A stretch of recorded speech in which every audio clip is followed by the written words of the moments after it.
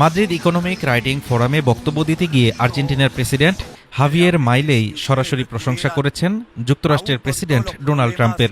তিনি দাবি করেন, ট্রাম্পের সাহস ও পদক্ষেপের কারণেই একবিংশ শতাব্দীর সমাজতন্ত্র ধীরে ধীরে ভেঙে পড়েছে। মাইলেই বলেন, পশ্চিমা সভ্যতার মূল ভিত্তি হল জুডিও খ্রিস্টান মূল্যবোধ।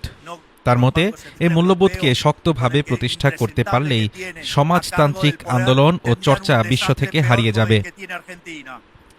এ সময় তিনি সমাজতন্ত্রকে কঠোর ভাষায় সমালোচনা করেন।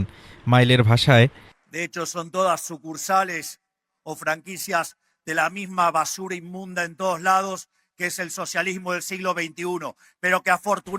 সমাজতন্ত্র এমন এক ব্যবস্থা যা মানুষের প্রকৃত মূল্য সৃষ্টি করতে ব্যর্থ।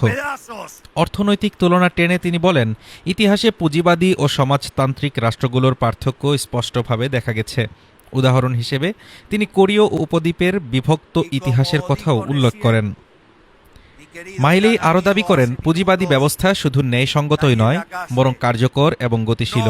তার মতে এই ব্যবস্থার মাধ্যমেই ভবিষ্যতে বৈশ্বিক সমৃদ্ধি নিশ্চিত করা সম্ভব।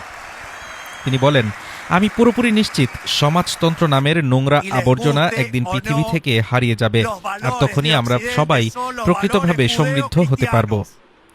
রাজনৈতিক বিশ্লেষকদের মতে মাইলের এই বক্তব্য আন্তর্জাতিক রাজনীতিতে নতুন করে বিতর্ক তৈরি করতে পারে। বিশেষ করে লাতিন আমেরিকার বামপন্থী রাজনীতির প্রেক্ষাপটে এই মন্তব্যের প্রতিক্রিয়া গুরুত্বপূর্ণ হয়ে উঠতে পারে। স্পেন সফরের অংশ হিসেবে এই অর্থনৈতিক ফোরামে অংশ নেন আর্জেন্টিনার প্রেসিডেন্ট। এর আগে তিনি যুক্তরাষ্ট্র ও চিলি সফরও সম্পন্ন করেন।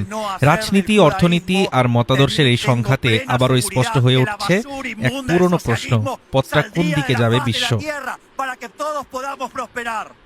কারণ ইতিহাস বলে, মতাদর্শের লড়াই কখনো নিঃশব্দে শেষ হয় না, বরং প্রতিটি শব্দই হয়ে ওঠে নতুন এক ঝড়ের শুরু।